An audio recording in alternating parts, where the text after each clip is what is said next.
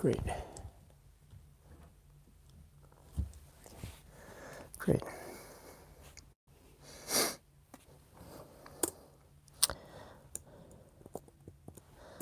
Whoops. Wonderful. Just give me 1 second and I'll get ready here. Sorry about this. I hope this is okay with you. All right. Great. Okay, just started here. And so, hello. I am just warming up here, so let me just set up my computer here and it'll be 1 second. I hope you are all doing well. Again, I apologize for the impromptu nature of this, but I hope that it is okay. So I'm just setting up here. So my computer, just setting up my computer. Oops, sorry about this. Give me 1 second here. My computer is acting up. Okay. If the sound is not so good, then please let me know. I can't tell if my sound is okay, or I know sometimes the sound can get a little bit choppy, and that's something that is really kind of beyond my control, but I can always do the best I can with it by, unplugging the mic and plugging it back in, that sort of thing. So very lo-fi ways to fix it. But anyway, my friends, thank you very much for putting up with me with yet another live stream, and greetings from Tokyo. This is Daisuke, and it's now Friday, January 10th, 2020, around 10:30 p.m. in the evening here. So, well, p.m. is, of course, that would indicate evening. So I would like to say just a couple things here.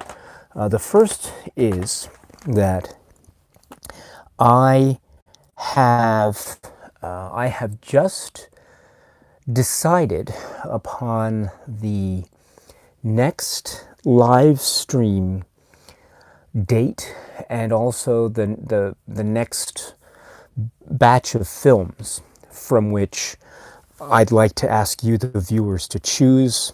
And this is what is going to happen. I'll show you what the films are that I've chosen, and there are 5 of them, and I will publicize the poll during this feed. And so and I'll present the films as we go along, just very briefly. I have them right here. So there are 5 of them, and what I ask is, if you are interested in one of the 5, please go to the community tab in this YouTube channel, and please cast your vote for the one that you'd like to talk about. Now, when I introduce what the films are, I think you'll get a sense as to, there is a little bit of a common thread that runs through all of the films. And so if, excuse me, I'm sorry, I apologize.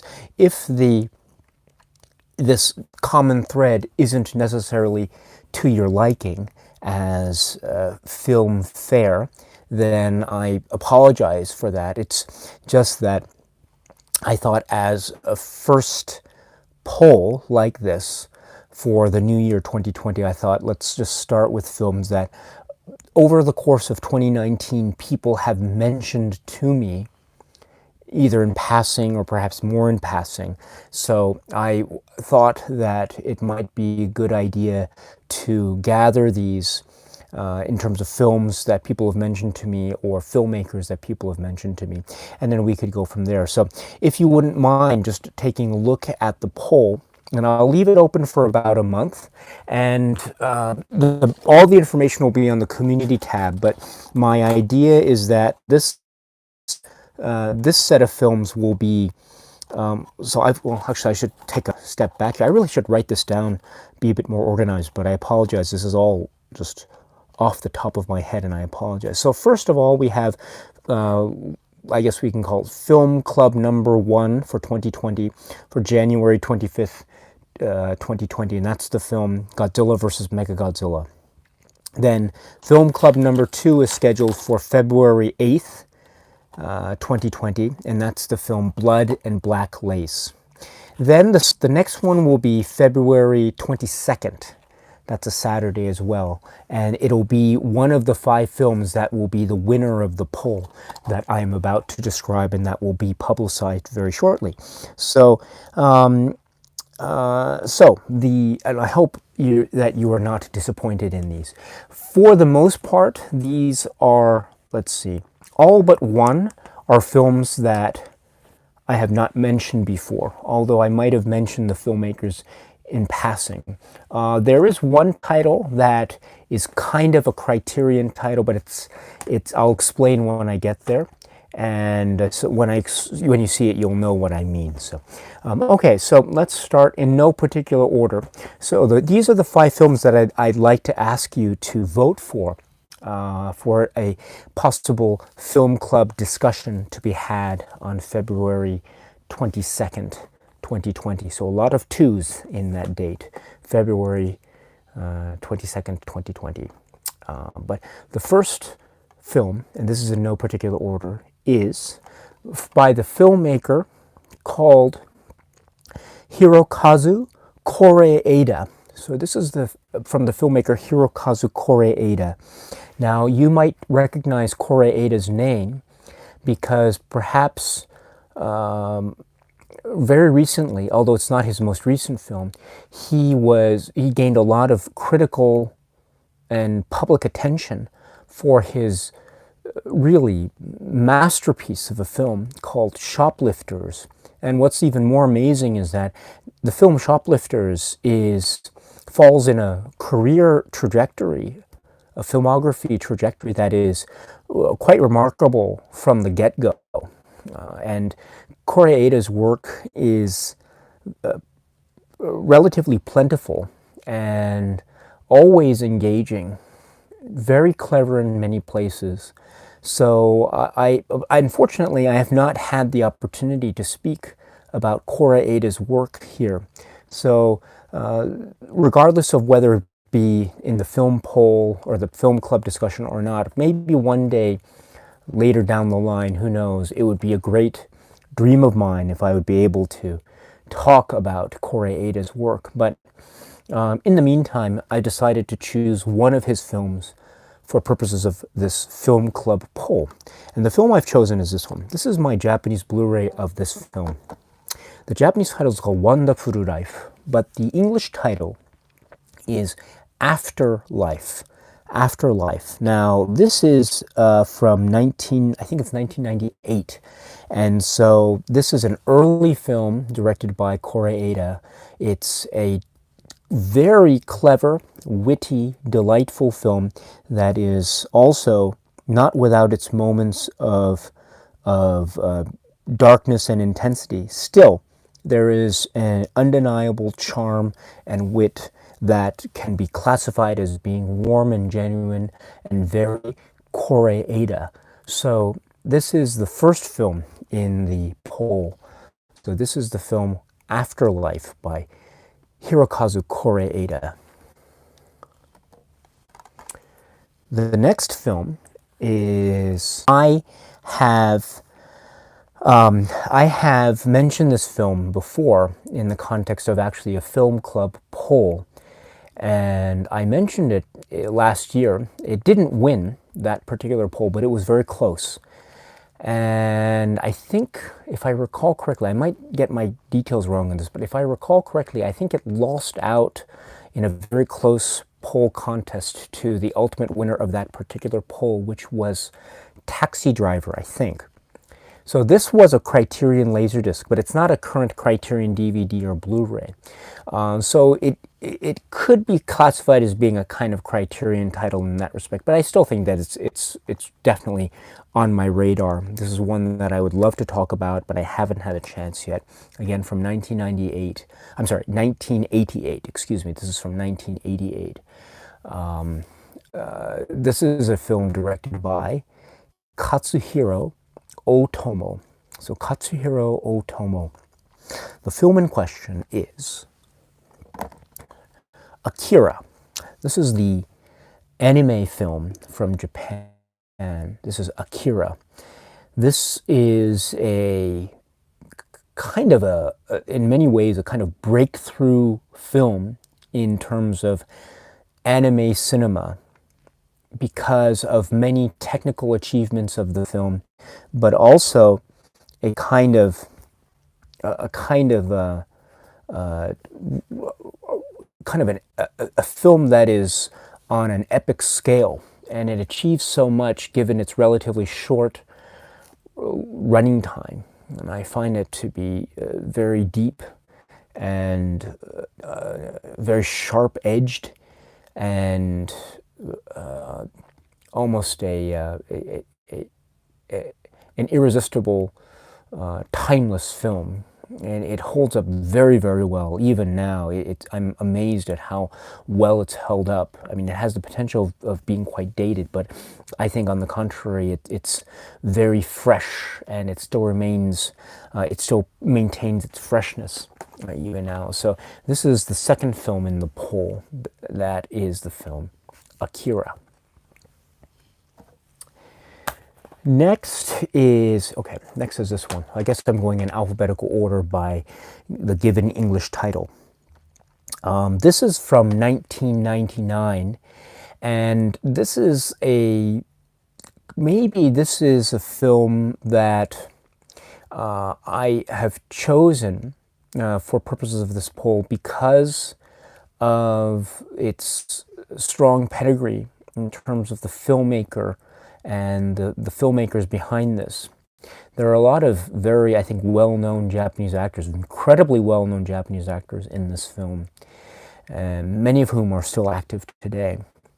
And this also marks in a very important place in the filmography of this particular person.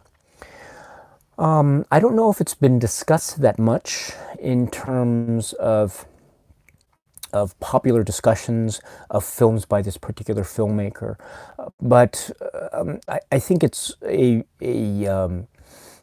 very hypnotic work, and it operates on a level of poetic ambiguity at times that I find very effective.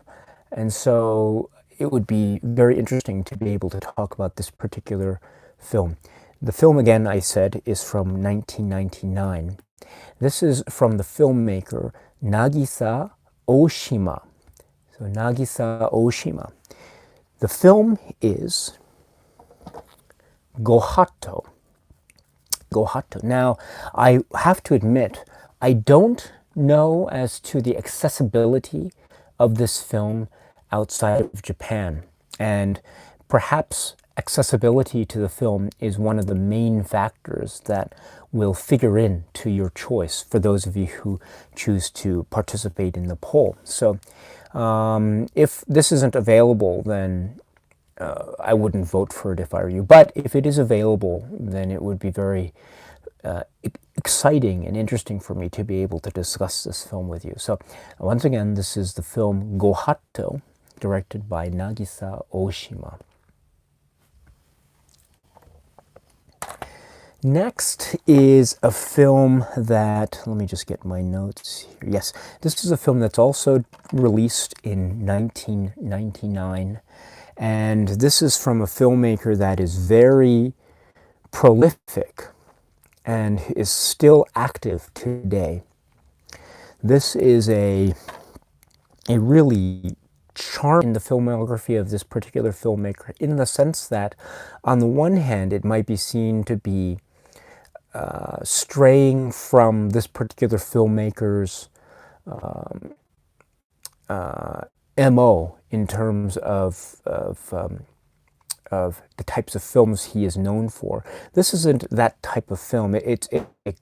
Arguably, it's a calmer work, and it's a different kind of beast altogether.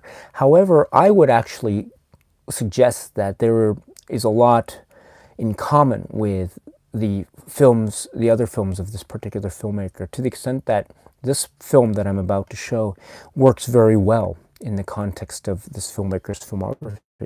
Not to mention the fact that it's very charming and emotionally satisfying. And okay, am I back on? Did I drop out for a second? I hope I'm still here. Okay, so what was I saying? Yes, so this is the film directed by Kitano, and I haven't had the opportunity yet to speak about any of the works by Kitano. I've always wanted to, and in fact, I do have, just between you and me, I do have plans to go through, hopefully, his entire filmography one day. I actually am ready to do that at any time, actually. It's just a matter of figuring out when and how. But I thought perhaps while I'm waiting that this is a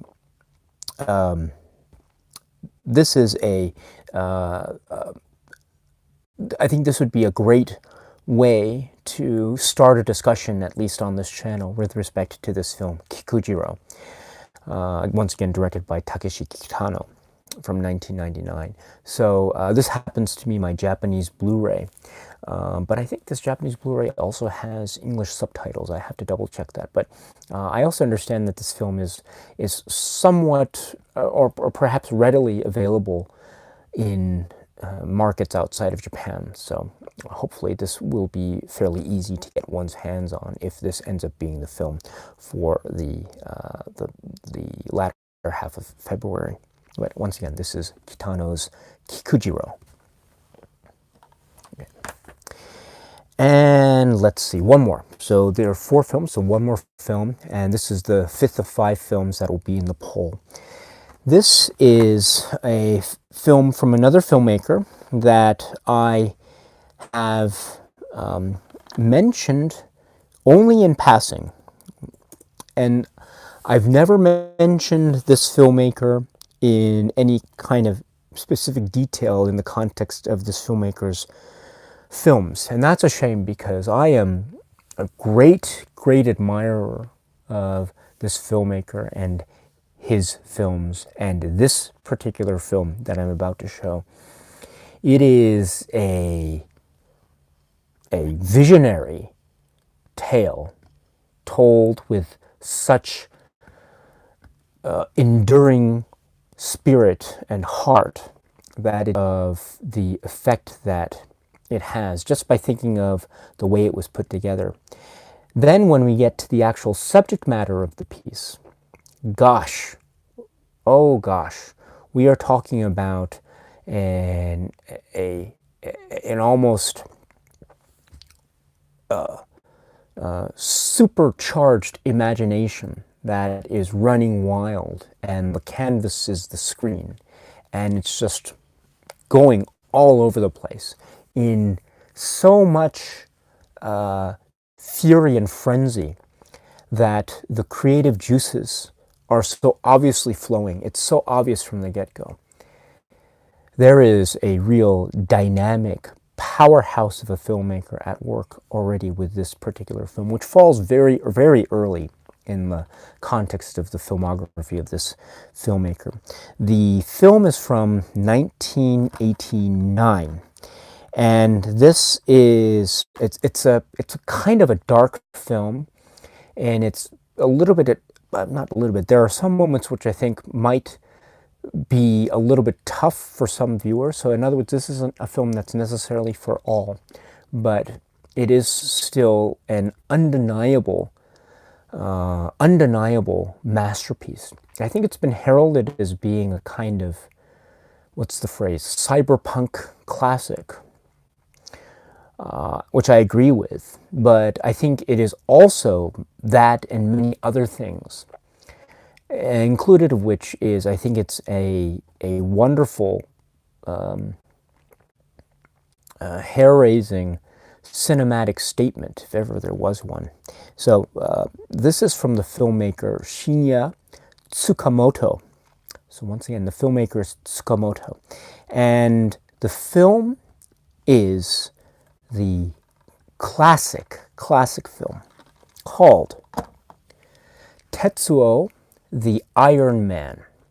So Tetsuo the Iron Man. As I say, this film is not for everyone, and so I can imagine that if this were the film that's chosen, that might not necessarily bring to the table absolutely everyone. I respect that, and I have to apologize if any of the films here aren't for everyone's tastes. But with that said, I still believe that this film is so worth one's attention, and it's filled to the brim with so many ideas that it's despite its short running time. It's a very short film as a feature film. Despite its short running time, I find myself having so much trouble just keeping up with its frenzied pace, and it just goes from point to point to point, and it explores different ideas while still maintaining a sort of a sense of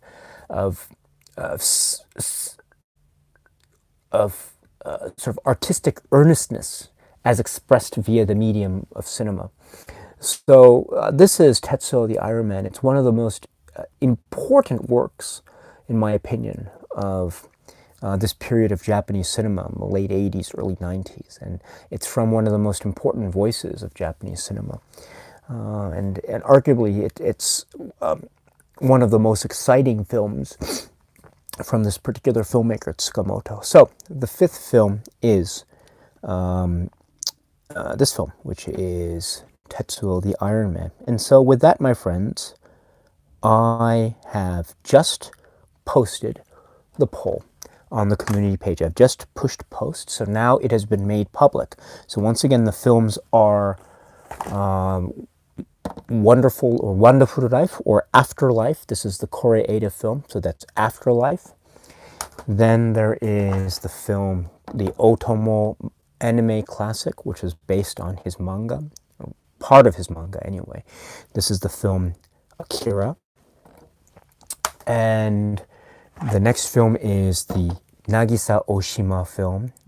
This is his last full feature film before he untimely passed away, but it's a final and quite poetically brilliant testament, a cinematic testament. So this is Gohato. Then there is the film by Takeshi Kitano, which is called Kikujiro. Kikujiro, and a charming and delightful emotional film from Kitano. Last but not least, the dynamic, effervescent, electric, kinetic, just hair-raisingly awesome, difficult film that is from Shinya Tsukamoto. The title is Tetsuo the Iron Man. So these are the five. And once again, these are just 5 films for one particular day in the year. And so this isn't the first and last poll of this. I'm going to try to do more of these as we go along. And I will try to branch out as much as I can. And so I apologize if my choices seem a bit, I don't know, maybe close-minded, or maybe I'm not looking outside of my own box enough kind of vibe. So I apologize if that, if this presentation has left you with that kind of impression. But that's not my intent, but I can certainly understand if people feel that way. That being said, of course, I think there is a a sort of dynamism that exists through all these films. Of course, they are from the same country and roughly around the same period of time, so there's that. But I think there are also quite different works, and they are different different works, artistic approaches, and the like. And so I think I've tried to choose, given that we only have 5 in terms of YouTube polls, I've tried to choose 5 films that that might have some kind of appeal, but still each having its own different flavor, or texture, or dynamic, or character. So there you go. So and now I've just put up the poll in the community tab, and we're off. We're off to the races. And so the poll will be open until February 8th. And this is for the live stream film club, which is scheduled for Saturday, February 22nd, 2020 at 11 p.m. Tokyo time. But I will make more announcements as we go, and I will try to write a clearer schedule of these, because I know there are a lot already, so it might be difficult to keep track. But I will write a schedule, and I will post it somewhere, maybe this community tab, either today or tomorrow, just to keep track of these things. And we can go from there. And I will also, I'm also accepting suggestions and recommendations from you. The recommendation box is always open, so you can always leave me a comment anytime if you're interested in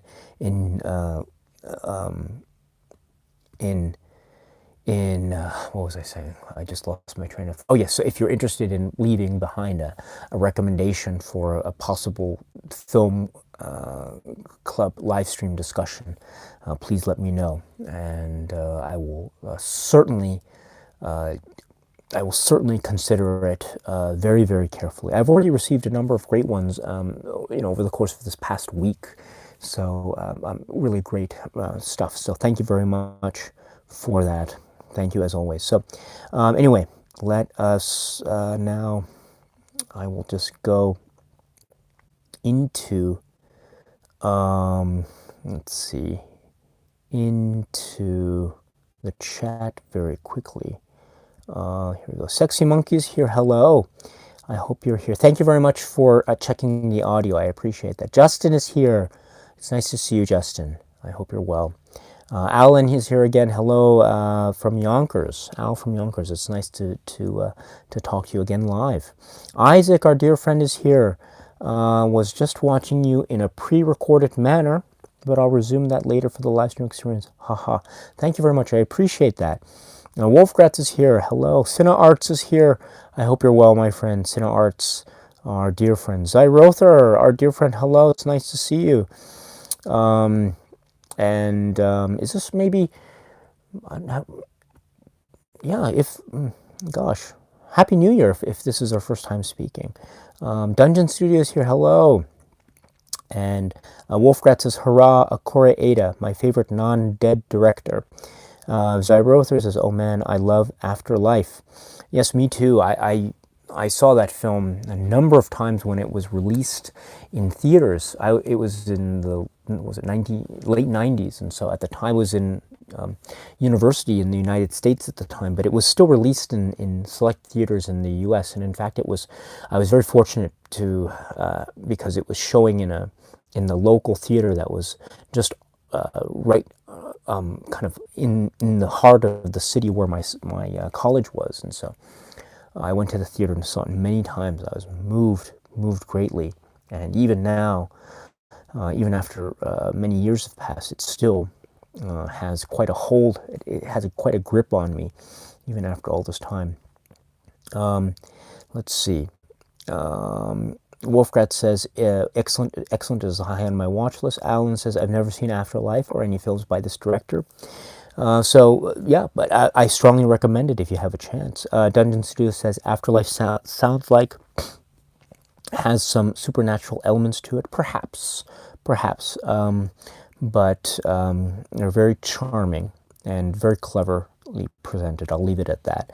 Isaac Dunn says, excellent. I've seen Like Father, Like Son, another great one. And Shoplifters, yet another great one. Both were fantastic, so I'd love to watch it.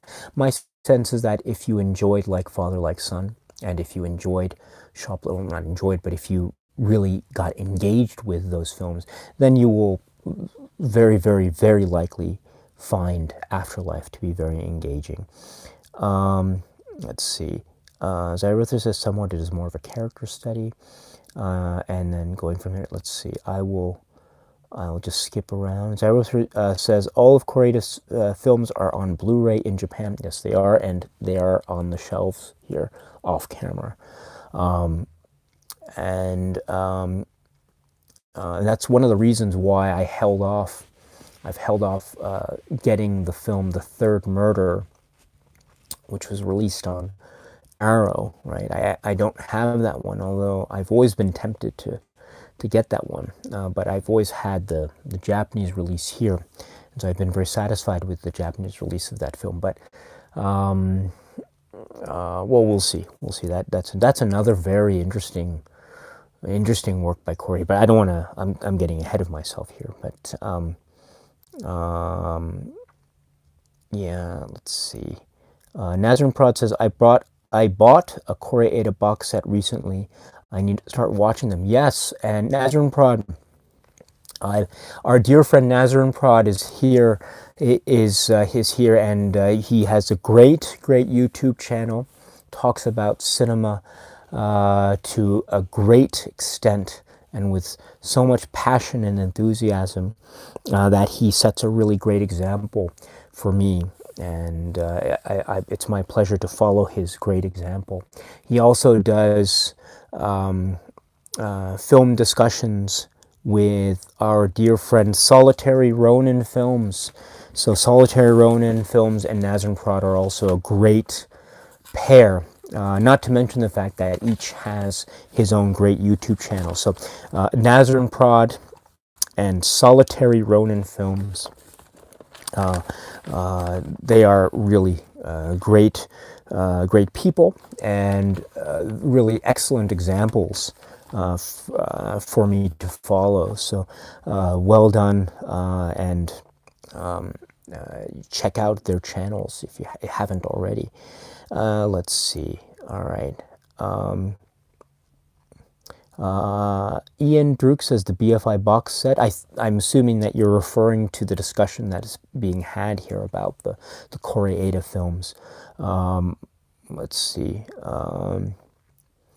So I don't have the BFI box set simply because I already have the films by him through Japanese releases, and so I don't have that new set that was released, I think, in late 2019. But I've heard some great reviews of it, and so strongly recommend it, I think, for anyone. It sounds like, in other words, it sounds like, and I'm talking not through direct experience, of course, but that's why I say it sounds like. So it sounds like, or it appears to me, that the set would seem to be a great way to get access to many of the key works of Koreeda. So there's that. Let's see.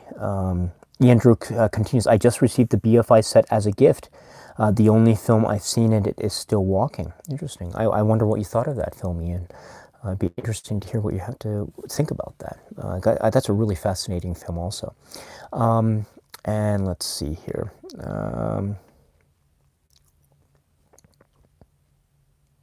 Zyrother says, Akira is great, but I would highly recommend you check out Memories by Otomo. Yes, I agree with you about the film Memories. I think that's also a stellar film. Really, really stellar. Hold on for 1 second here. Just hitting the refresh button. Okay, here we go. Sorry about that. Where was it? Yes, so the discussion of yes, okay. Kikujiro, okay, let's see. Solaris, hello. You ask, is it your favorite from Kitano's works? So you're asking, I assume, about Kikujiro. So you're asking, is Kikujiro my favorite Kitano film? I don't know. I haven't thought about it yet. Actually, I'm a big admirer of Kitano's works, but perhaps the ones that I like the most, at least now, again, not having thought about it with great care necessarily, I haven't put together any list or anything like that, but just off the cuff comments, I would probably put there, I don't know, I think the early period is still the Kitano's golden age. Although the Outrage series, I think, is giving that early period a run for its money in many respects. But still, especially, I love Outrage Beyond. I really think that's Outrage and the third one. I'm sorry, the Outrage films I think are just really brilliant. But what was I saying? But as far as favorites, I would definitely put into consideration at the very least Hanabi, Sonatine, or in Japanese it's called Sonachine, and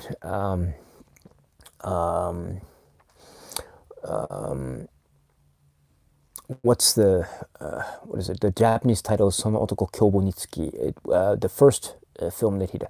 What's the English title? It's not known in Japanese under its English titles. Violent Cop. Violent Cop. I don't know if I'd put that as my ultimate favorite, but I find it to be a really surprising work. But perhaps, yeah, Hanabi and Sonatine or Sonachine would probably be there. But again, I haven't thought about it too deeply. Although Kikujiro is up there. It's certainly really lovely, and I would also I won't forget films like Zatoichi Brother, which I think is kind of underrated, and I really think will gain a lot of esteem as time goes by, and as well as films that I had trouble with upon first viewing, but I'm starting to gain a greater appreciation for, like Dolls. I think the one that's still very, very difficult for me to comprehend fully is the film Takeshi's. But again, I'm once again I'm getting ahead of myself. But that's just a quick discussion there. Sorry about that. Let's see. So just skipping around here. Okay, so Alan says huge Tetsuo fan. Oh, great. That's great. That's wonderful to know. Zyrother says, holy cow, I just watched Tetsuo 1 and 2 bonkers films. Yes, that's a really great way of putting it. And let's see. Nazarene Prod says, I have a lot of the Tetsuo's director's films that I need to watch. So Shinya Tsukamoto. So Tsukamoto is a very interesting filmmaker. Strongly recommended. Isaac says, fantastic selection. Thank you very much. To my shame, I've seen none, so I'll be thrilled whichever one wins. Thank you very much. That's very kind of you. Let me just take a moment to look at the poll. And already people are voting. That's great. That's great. So 14 people have voted already. Wow. So at the moment, let's see. Oh wow, it's not bad. Not bad. Given the fact that we've just opened the poll and we still have about a month to go. So wonderful. Great. Thank you very much. There's a comment too. Let me see that. Oh, great. Excellent. Thank you very much for leaving behind the comment. Well done. Thank you so much. Wow. That really is great.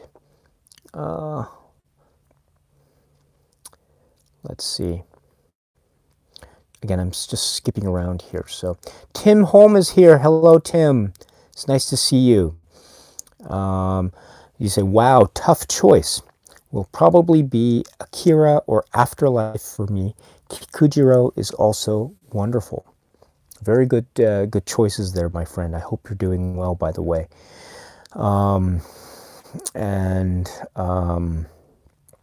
Let's see. Tim Holm continues, never seen Tetsuo and can't recall Gohato, although Oshima is a tremendous director. Yeah, he is actually, I was thinking about, should I put Gohato or should I put Max Mon Amour on this poll list?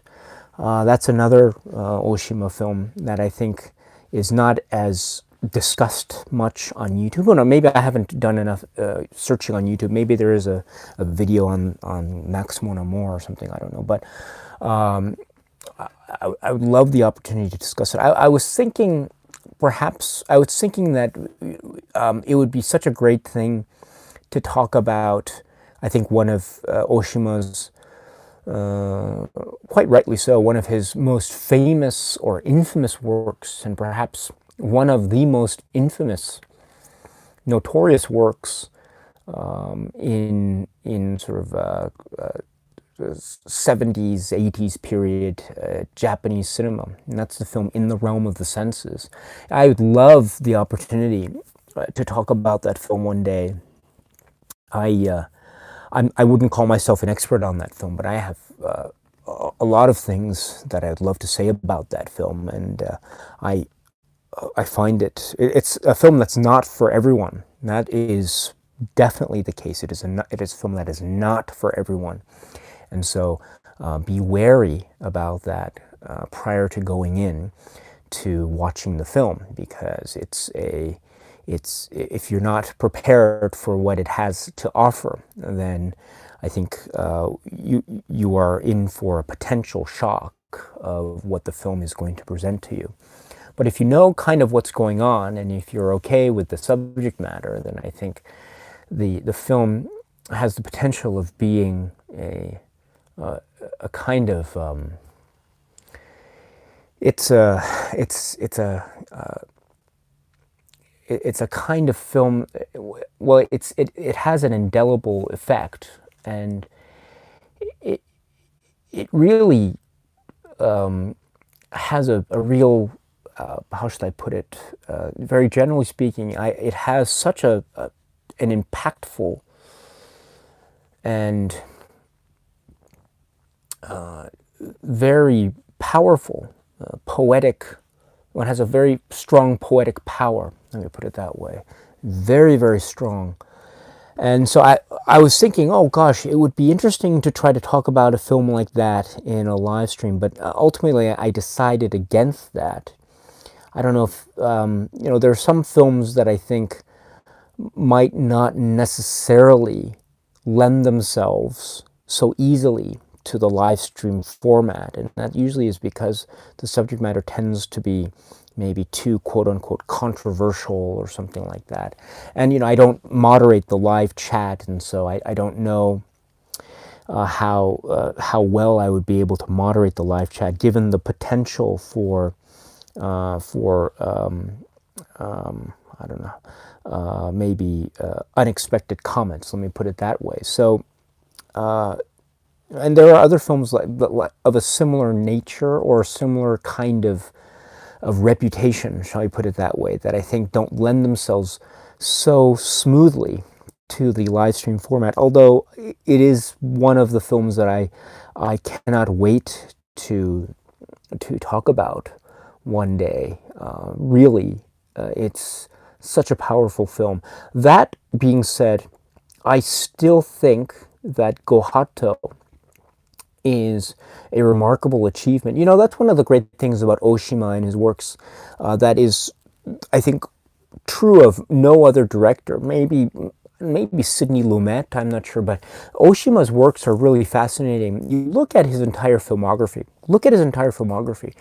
No one film is like any other film in his filmography. It's like every film in his filmography is unique in character and tone and philosophy. There is no basically speaking, there's no crossover between one film and another within the framework of his filmography. That's what makes him quite fascinating.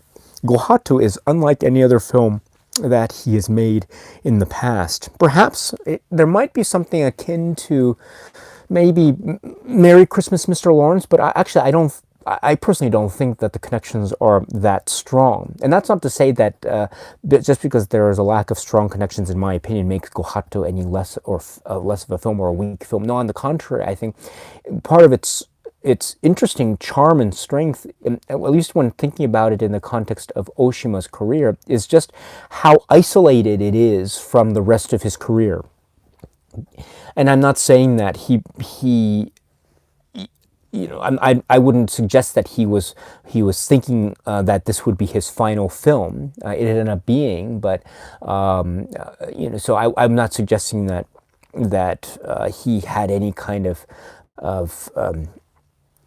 cognizance about how this film would figure into his filmography ultimately. However, that being said, I don't sense there being any sense of any.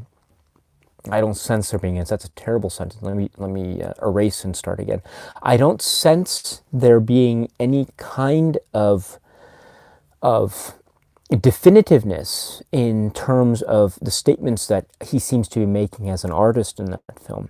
On the contrary, the statements that he seems to be making are very bold and with broad brushstrokes that, in my mind, seems to suggest that Oshima had so much more life left in him as a filmmaker that he could have kept on making more films, had he been able to. And so, at the very least, his artistic vision was quite striking, even during this time in the late 1990s. And so, I think Go-Hato therefore is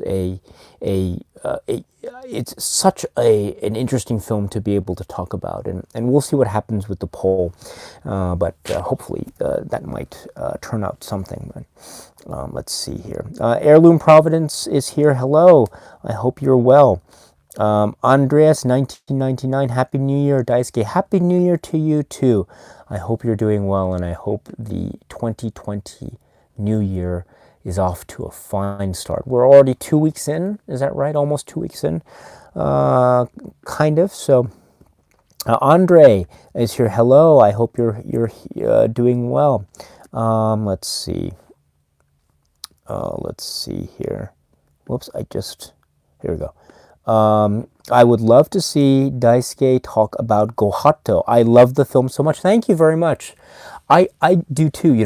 I was so fortunate to have been able to see that film in the theater. It was showing. I was in New York at the time, and I remember being able to catch screenings of the films Go-Hato and Kitano's Brother at the New York Film Festival when they were screened there during their years of initial release. So I was able to see Go-Hato on the big screen. I forget what the theater was. I forget what it was. It might have been Alice Tully, although don't quote me on that. I don't remember those particular details, unfortunately. But I remember it was a very big theater, and Lincoln Center. And I had a really good seat, and really just... the score came on, and it was always just mesmerizing, and I loved the score so much. I got the CD afterwards. I listened to it over and over again. I might have that. Actually, I have that CD somewhere around the house here, but maybe I should try to unearth that one after this live stream is over. But let's see.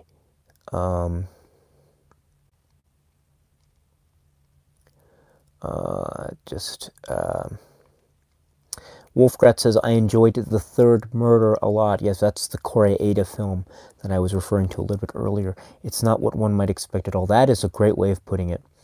Fred Marithi. Hello, Daisuke. Hello, Fred. I hope you're doing well. Thank you for joining. And Zyrother says, The Third Murder was good. Big change in direction for Koreeda. Court dramas in Japan are rare. Yes, that's right. We don't get a lot of court. Actually, I take that back. They are actually not so rare. There are a number of courtroom dramas. There are a lot of courtroom dramas on TV as well. Not so much. Not to the extent maybe. I mean, they're not overwhelmingly high in number, but there's a good healthy number of them actually.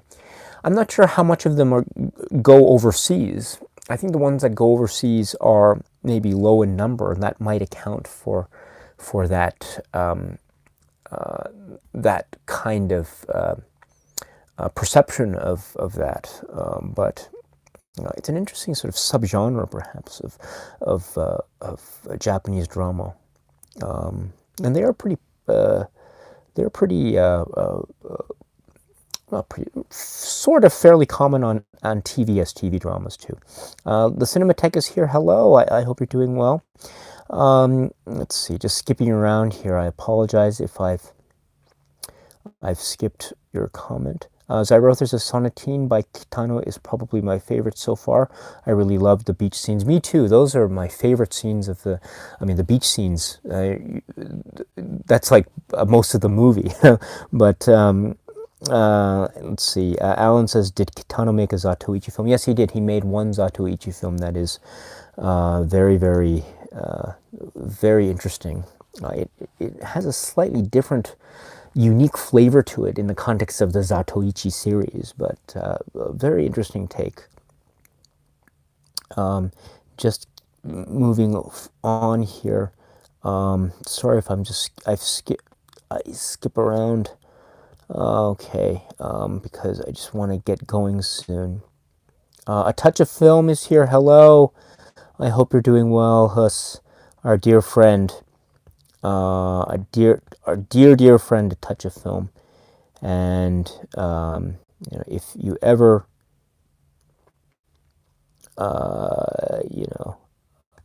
I love A Touch of Film. I wish, he every time he puts up a new video, I think it makes me very happy. So check out A Touch of Film, the great YouTube channel, A Touch of Film. I think I put up these 5 films for the poll, but I think each of them, Husset, are at A Touch of Film, our dear friend at A Touch of Film, will have comments that are 10 times better, 100 times, or 1,000 times better. Excuse me. 1,000 times better than I could ever possibly hope to muster. And so our teacher, my teacher, and Asian film expert, really great. Solaris says, have you heard of Sogo Ishii? Yes. I have a, I could pull it off the shelves here, but yeah, I have 2 huge box sets here from Japanese releases of Ishii films, and it was kind of a, it's kind of a project of mine, or not even a project. It's sort of it's one of these kind of ambitions of mine to be able to talk about his works more on this channel, but it might be, again, so much one wants to do in so little time, but maybe one of these days. Dungeon Studio says Sydney Loop out. Did I cut off? Did I get cut off here? Let's see. I think I got cut off there. Am I back? Am I back? Okay. Let's see. Yeah. And then A Touch of Film, Huss says, very rightly, I agree with this comment. He says, agreed, every one of his movies, you're talking about Oshima. Oshima's movies is so different. I love Cruel Story of Youth and Death by Hanging. Another movie of his that really needs a release is Violence at Noon. Yes, I agree 100% with that. I agree in terms of Blu-ray release. JR62, hello, it's nice to see you. I checked out the Torasan briefcase set on Amazon Japan. Looks fantastic. Wish we would get quality sets like that here in the USA. Well, I think US, I mean, that's the thing about Japan. Japan is really still very much into box sets and the thing, but the Torasan briefcase set is by far the biggest collector set that I've ever purchased in terms of Blu-ray films or DVDs or something like that. When it arrived in the mail, it was in this huge box. I think to the great surprise of my wife and the mail carrier, the gentleman who brought it here. My wife, I wasn't at home. I was still at work at the time it was delivered, but when I came home, my wife told me that the mail carrier, who usually delivers mail here, had a somewhat, seemed to be somewhat irritated look on his face, because probably he was irritated by the fact that he had to deliver this huge heavy thing to our door or something like that. But yeah, but in the US, I think there have been very comparable, excellent sets with their own little gimmicks and the like. As I say, I don't really get these sorts of collector sets, although I do admire them kind of from afar. You know, oh gosh, like like the Blade Runner collector set, or isn't there one recently, like the Alfred Hitchcock films that comes with its own house or something? What was one other? I guess the other one that I got was I mentioned it earlier, was the Twin Peaks set. I had to get that because I'm a huge fan of Twin Peaks, but yeah, but this is by far the biggest set. I should point out, though, that the films are equipped with English subtitles, and they are really good. And the quality of the picture and the sound quality is excellent. Absolutely excellent. I haven't finished going through all of the films in the series through this briefcase Blu-ray set. I should point out though that the films, I understand, are also available individually through individual Blu-ray releases. So now, I don't know how that comes out to in terms of the calculation, but if you don't necessarily have to get all of the films of the Tora-san series in order to be able to appreciate the greatness and lovable charm that is the Tora-san films. And so you can get maybe a select few and still get a kick out of what makes the Tora-san films great. Check it out. I'm not sure what their availability is outside of Japan. Maybe it's not so good, although I don't. I mean, if you can afford to get one or two of the Blu-rays from Amazon Japan or from other trustworthy sellers, then I would strongly recommend it. And again, that also assumes that any shipping prices that would be imposed where applicable would be reasonable. So it's not a good idea to have to pay for exorbitant shipping costs. It's definitely not worth it. But let's see. The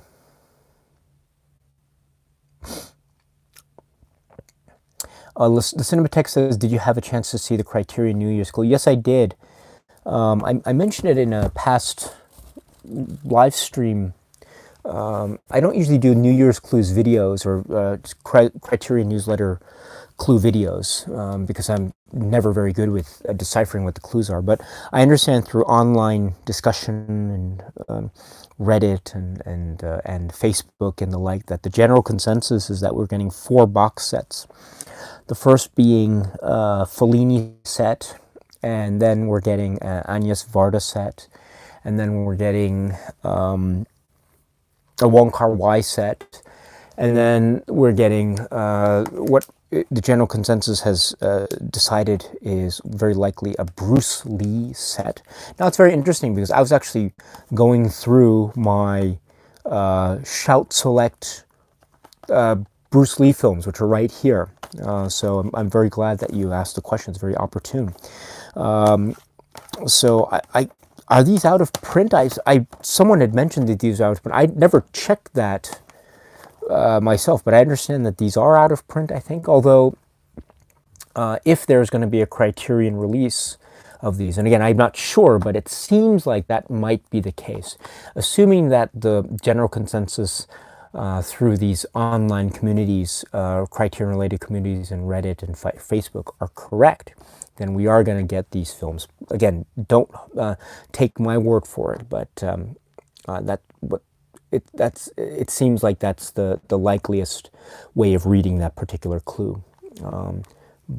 Yeah, so these films I think are quite quite good. There are some that I think are better than others, and I think, but they are undeniably entertaining in many respects. And so I think there is there would be a great demand for these films if ever they were released in the Criterion Collection, a la something that looks as beautiful as the Police Story and Police Story 2 set was, or anything else for that matter. I mean, I can imagine the potential that this kind of release would have for the Criterion Collection. Really, really great. Incidentally, I love to listen every once in a while to music on my iPhone as I'm riding the train to and from work. I ride the subway. I ride the train that kind of turns into a subway about halfway through, subway ride halfway through, and so I love to listen to music on my iPhone. And one of the songs I like to listen to fairly regularly is the song that's from Game of Death, sung by Colleen Camp, and the music is by John Barry. What the title is, "Will This Be the Song I'll Be Singing Tomorrow?" I really love that song. I can listen to it, and it's a very pleasant song to listen to. It has a lovely John Barry-esque flavor to it. And Colleen Camp, I didn't realize that she was a singer, but she has a very, very lovely voice, very deep, very rich, and very kind of tender sounding. And so it's a nice, pleasant listen when things can get otherwise kind of hectic or crowded on a busy Tokyo train. So and that's the song that appears in this film, or the release of the film Game of Death.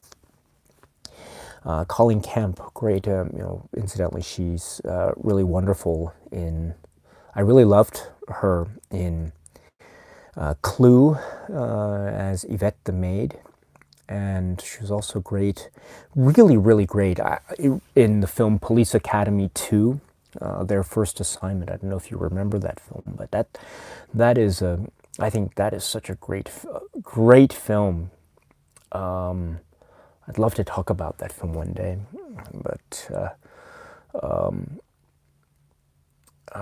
yeah, I remember the. I don't know why. It's like maybe that's just a reflection of my own humor, perhaps. But I just love the bit with Mauser and the shampoo. So anyway, I'm sorry, I'm totally getting ahead of myself. What am I talking about? But anyway, let me get back to the chat here, and we'll go from there. So, but let me just maybe slowly but surely start getting ready to go, because it is getting a little bit late here. Yeah, so let's see. Sexy Monkey says, "I find it very nice that you approach your film reviews from an emotional viewpoint more than technical." Thank you very much. I never thought of it that way before, but your comment is very complimentary. So thank you very much for that. I take it as a great compliment. Wow, thank you. You know, I always I kind of have a. I never mentioned this before, but I kind of have a little rule that I really try to stick by when I talk about a film, and not to say that I always get it right all the time, but I always try to think of the film in terms of the film and how it affects me, and then trying to express that to the best of my ability. And that's all I have, really.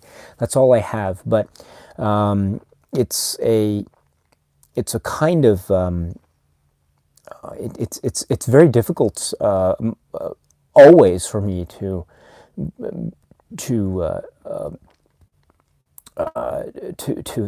think about that, because I only have I have a limited set of direct experiences, and so that always informs my cinema viewing. And I admit I haven't traveled to all parts of the world. I don't know, I don't appreciate many of the life experiences of people outside of my particular bubble, as it were. But so there are a lot of limitations, a lot of limitations to my own viewing, and I try my best to acknowledge that as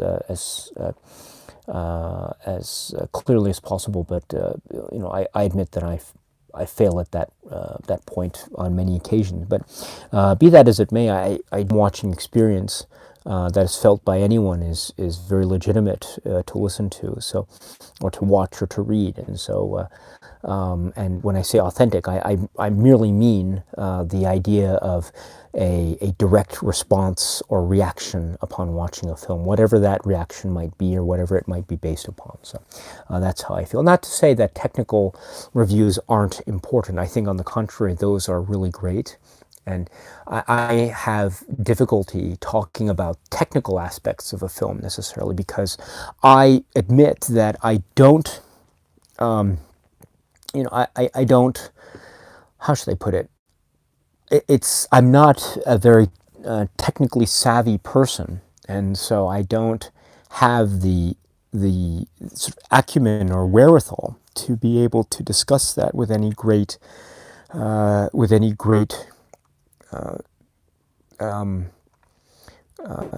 potency. I would say, however, as a very, very soft maybe footnote to that is, I know, like, I would say that it's always great, of course, 2K restorations, 4K restorations, digital restorations, and all the stuff that we're getting. It's always great to do this, because it allows, of course, great exposure to cinema, beautiful releases and restorations, DVD, Blu-ray, everything like that. Of course, I'm completely for that, and as a basic principle, I upgrade the better the releases, that sort of thing. But I would just softly temper my comment on that in saying that that's not always the case, at least in my opinion. Sometimes the DVD release will look and sound a little bit better. It doesn't necessarily mean that it has the crispest, sharpest, most colorful image necessarily, but there is something of a what might be termed a kind of artistic fidelity, for lack of a better phrase, and whatever that means and what that entails, that might be closer to some kind of artistic vision that was originally intended.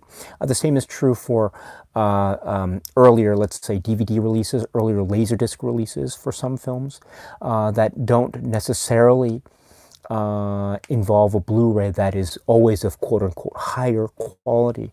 Although Blu-ray does have the upper hand in many respects, in my opinion. I completely acknowledge that. But I mean, even in that discussion, I'm still very bereft of any kind of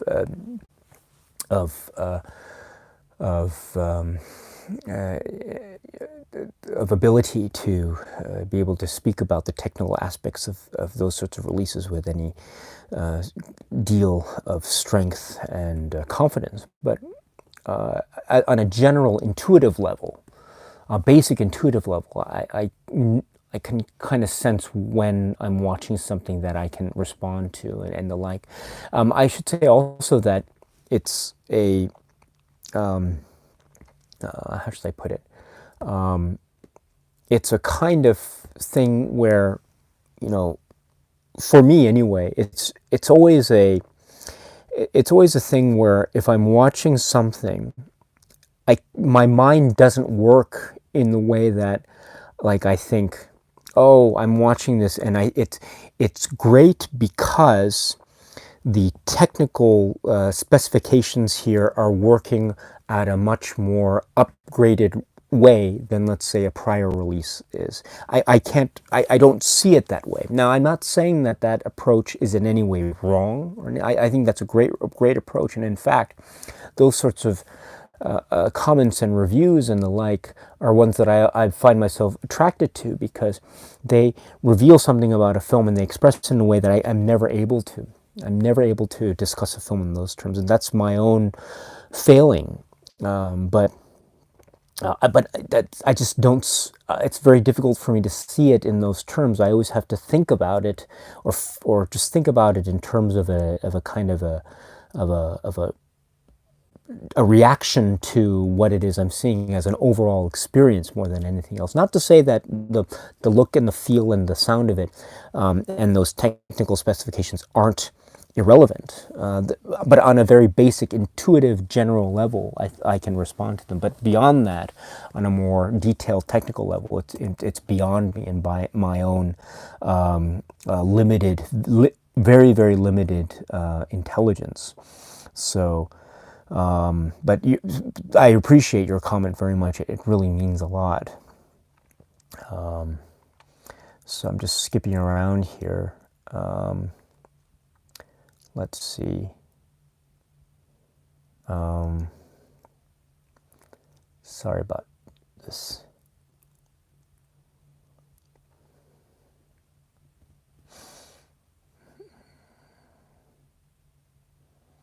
Mark is here. Mark Tuovinen, hello, my dear friend. Thank you very much. And you said you've just voted for the poll.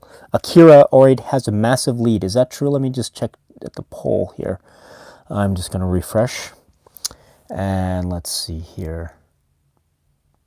Wow, you're right. 41 people voted already. Wow. That is amazing. Yeah, that is amazing. And I see there's a comment that says Akira will probably get the most votes this time. But there's oh great, I see Gohato is on the board. I'm so happy to see that. You know, oh gosh, this is always very fun for me. And we're still in early days, of course, early days, because it's open until February 8th, so it's about a month from now. Interesting, very interesting. Okay, so let's see. Oh, Zyrothers confirms, yes, all the Shout Factory releases of the Bruce Lee films are OOP, but a ton of copies were produced. Yeah, so so if I don't know, I can never be. I'm not a good, what's the phrase, a prognosticator when it comes to predicting what and when Criterion will release something, and I can't confirm that the Bruce Lee interpretation of the relevant New Year's newsletter clue is in any way accurate, although I think I would go along with the general consensus of that, and that's probably the case. So assuming that is the case for Criterion and a future subsequent upcoming release, then it's probably worth it just to wait and see what Criterion will do rather than try to hunt down these out-of-print titles. Although according to what Zyrothers says, these are probably not so difficult to get, and even if you were going to try to find them, I wouldn't necessarily seek to have to pay super high prices from that, right? And is my sense of the market pretty accurate on that, Zyrother and others? Yeah, I wouldn't. In other words, if you did find yourself wanting to get these now, for whatever reason, my sense is that you shouldn't have to spend an exorbitant amount of money to find these in good condition, floating around somewhere, eBay or otherwise. But that's my own, just very basic general sense. I could be wrong on that. Let's see. Dungeon Studio says, did you get Twin Peaks from A to Z? Is it A to Z or Z to A?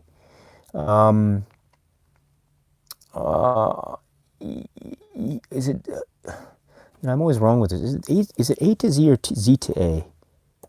Hold on. It's from Z to A, right? So, okay, from Z to A. Yeah. So, so I got the set Twin Peaks from Z to A. And yeah, I mean, I haven't completed my exploration of that set. I've actually just barely started, actually, because there have been a lot of other things that have been going on lately in terms of film watching. But it's very slow but sure, and I think that's just how I enjoy watching Twin Peaks anyway. I like watching Twin Peaks kind of just on a little bit of a little bit, over the course of a long period of time.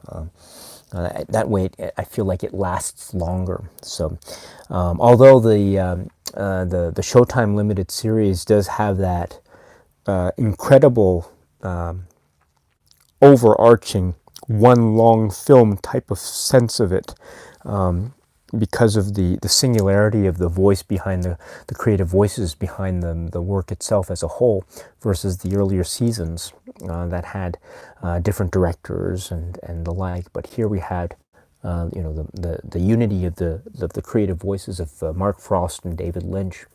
So it feels like one continuous whole, and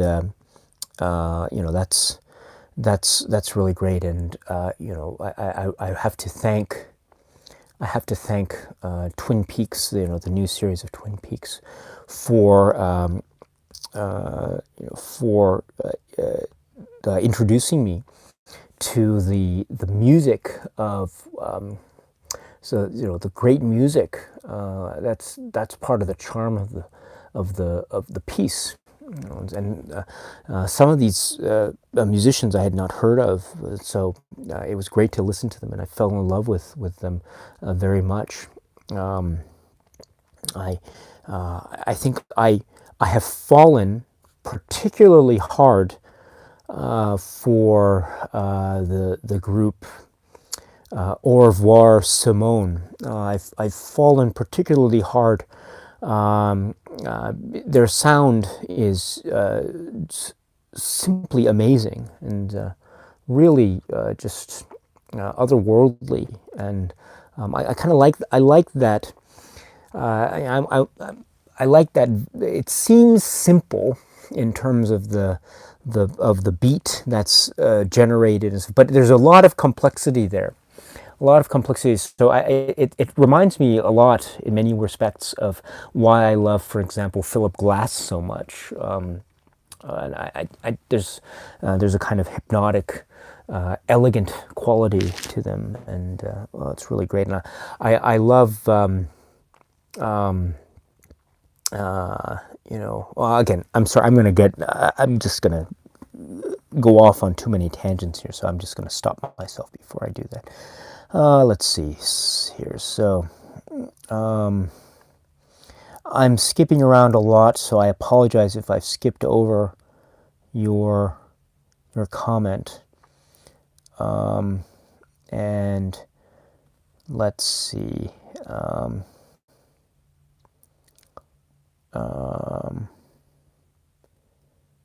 Yeah. All right. Just scrolling through here.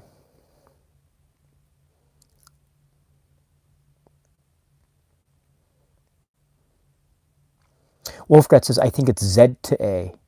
That's very good.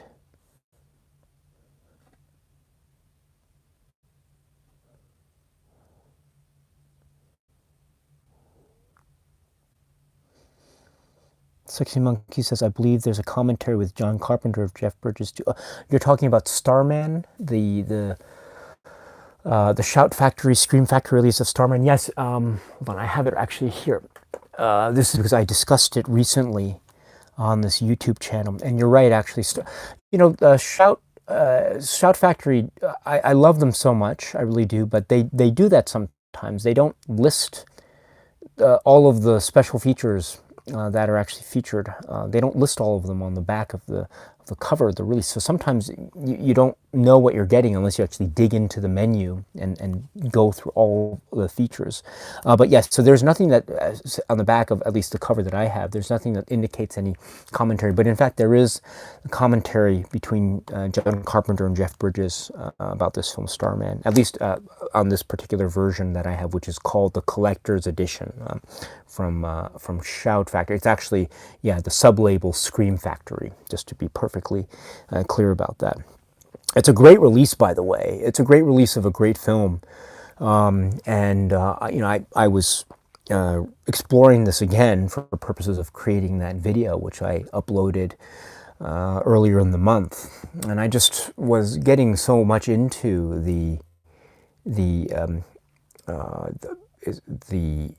just the feel of the film again and the overall take of it. I think it's a kind of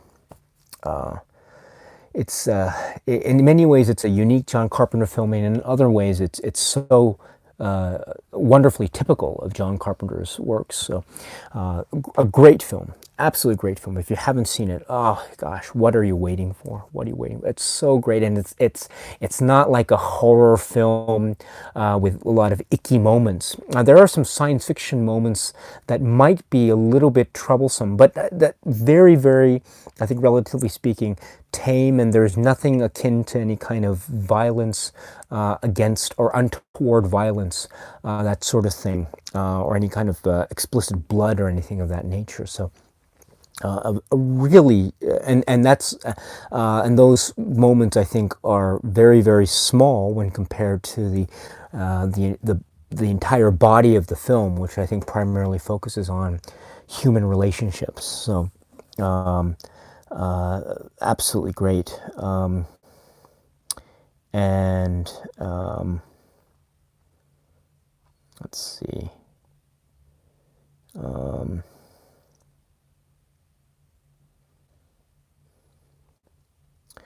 All right. So, let's see here. All right, so I am just going to wind down the chat right now. I hope you can understand, but it's approaching midnight and I still have some things to do before I can go to sleep. So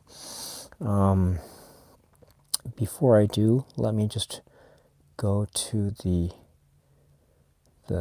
poll again. Okay, so now we have 44 votes. As of now, I've put up it's been up for about an hour and we've gotten 44 votes. So that's really great. I'm very pleased about that.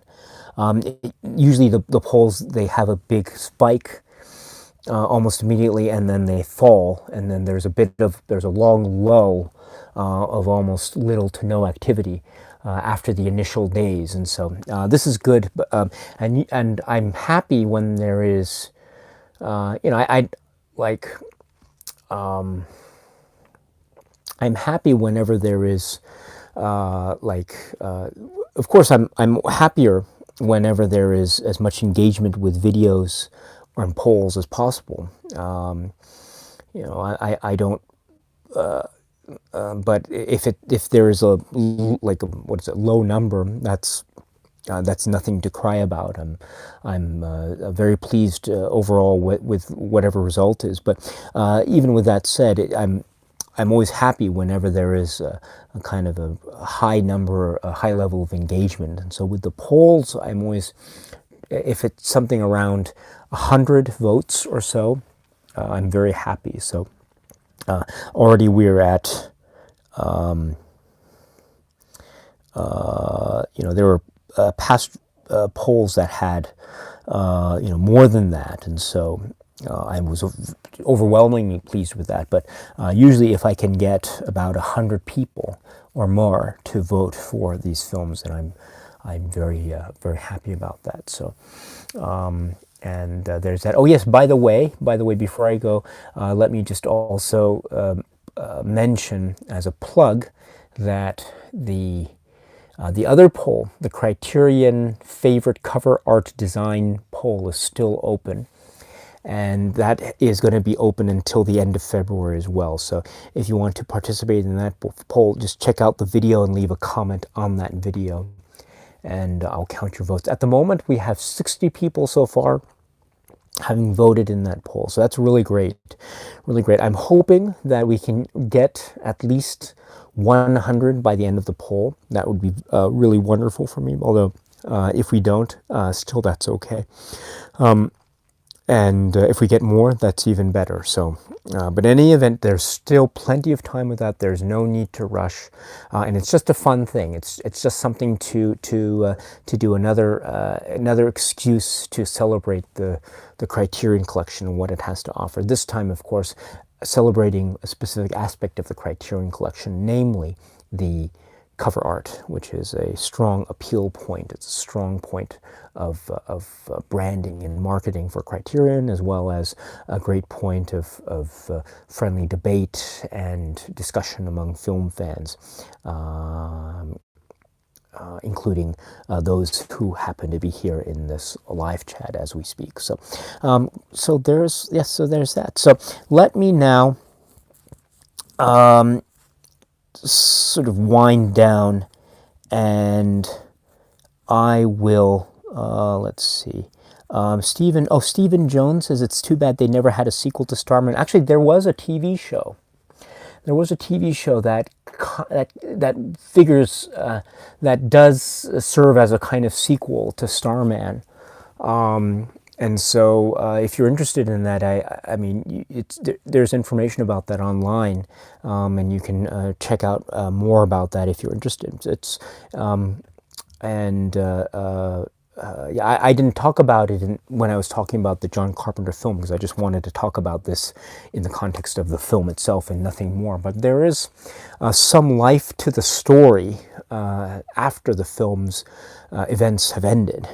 But if you're interested in looking about that, I suggest checking out, looking online, I think, for Starman TV series or Starman sequel or something like that, and it might come up. So anyway, let's see. All right. Oh, Sexy Monkey. So Sexy Monkey too. So, I should mention also, you know, there are many people who, I've mentioned their YouTube channels, but Sexy Monkey also has a YouTube channel as well. And he very kindly introduced me to one of his videos where he was talking about, you know, what is it? Custom artwork, sleeve artwork, I think it was. And so very interesting stuff. So thank you very much for that. In fact, yes, and you say, Sexy Monk, here we go. So you say, making custom sleeve artwork has accidentally so become my thing. So, and he says, feel free to call me Sasha, if you prefer. So thank you very much. You know, there's, that's very kind of you. So, yeah, so please check out Sexy Monkey on YouTube if you have a chance. And Luca Zach Forever is here. Let's see. Hi, Daisuke, what do you think about Lubitsch and Marcel Carné films? It could be a fantastic video about these directors and their movies. Yes, it could be. You know, there's always room for that. You know, I don't. It's very difficult for me. Again, it's just so much to do, so little time. I wish there was more hours in the day to do more that I wanted to do, unfortunately. But you're absolutely right. I think there would be great potential for that. And I mean, at the very, very least, you know, I sometimes try to, I mean, some people might consider it kind of cheating, but I sometimes try to talk about directors, at the very least, in the context of the films that as they appear in the Criterion Collection. But yeah, it would be great to talk more about them in more depth and detail. But yeah, I agree with you. I absolutely agree. Pete 1972 is here. Hello. How are you doing? I'm doing well. Thank you very much. It's midnight here, so I'm going to start winding down. So thank you very much, my friends, for joining again. And once again, I apologize for the unannounced nature of this. I hope you can understand, but it's just in my nature. And I hope it's not too much of an inconvenience to you. And more importantly, my friends, more importantly, I hope that you are well wherever you are in the world, and that if you are just about to start your day, please have a great rest of the day. And if you are like me, finding yourself winding down after the day's end, then please enjoy the rest of your time before you. Well, yeah, just please enjoy the rest of your time. And relax, and maybe try to catch a movie or two if you have the time. If not, no worries, of course. Just please enjoy the time and spend it how you wish. Seize the day, carpe diem, enjoy your time because it is so worth it. So, thank you very much, my friends, for joining me, notwithstanding your busy schedules. So, thank you, and I wish you well, and I will talk to you again very soon. And please vote in the various polls, and please let your friends know.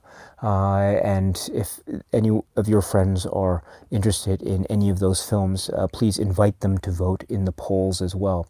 I am always happy and welcome to meet anyone who is interested in cinema and is willing to provide comments and enthusiasm about cinema, because that helps me to grow and learn in many ways, and so it's something that I really appreciate. So, and thank you very much, my friends, and be well. I will talk to you very soon. So,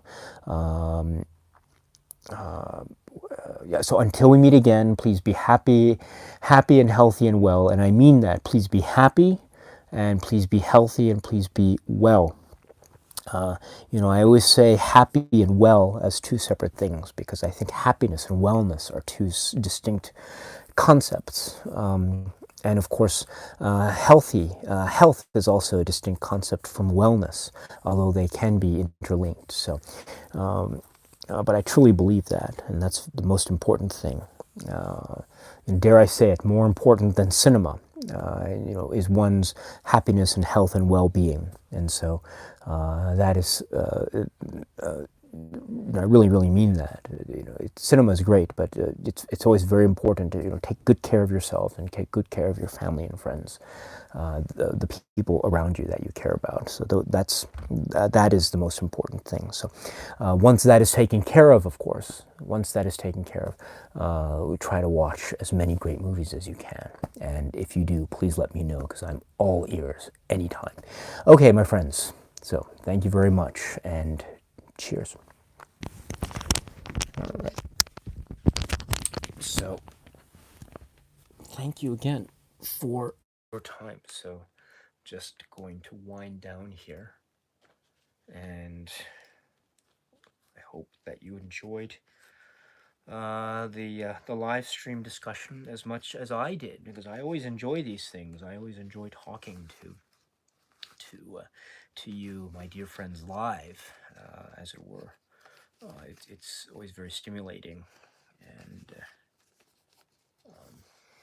yeah, it's a lot of fun, for me all the time, because it's nice. I love comments. I love responding to comments, but there's just something very, very